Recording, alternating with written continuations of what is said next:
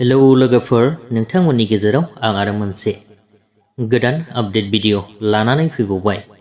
लोगोफोर, दिनैनि बे आपडेट भिडिअनि गेजेरजों नोंथांमोन बयनिबो सायाव लानानै फैदों बयजोंबो सिनायजाखानाय मुंदांखा भिलेननि एक्टर बिथां थाख्लाइ नार्जारी सार बिथांनि मोनसे गोदान भिडिअनि सायाव आरोना।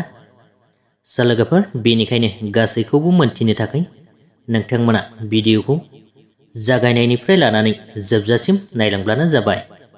लोगोफोर, नोंथांमोन गोबांथारानो थाम्बनेल आरो टाइटेलखौ नायनानै गोबाङानो हमदां मोनाखै जानो हागौ, नाथाय जायफोर नोंथांमोना बे सावगारिखौ नुदों एबा नुगासिनो दं, बेयो मोनसे मिउजिक भिडिअनिसो सावगारि आरोना।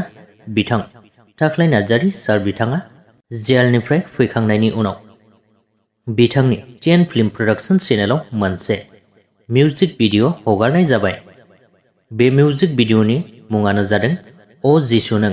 बे अ जिसु नों मुंनि गस्पेल मिउजिक भिडिअखौ बिथांमोना बावैसो BodoFlim प्रडाक्शन चेनेलाव हगारनानै होनाय जादों आरोना। जायफोर नोंथांमोना बिथांमोननि बे मिउजिक भिडिअखौ नायाखै, नोंथांमोना नायहैब्लानो जाबाय।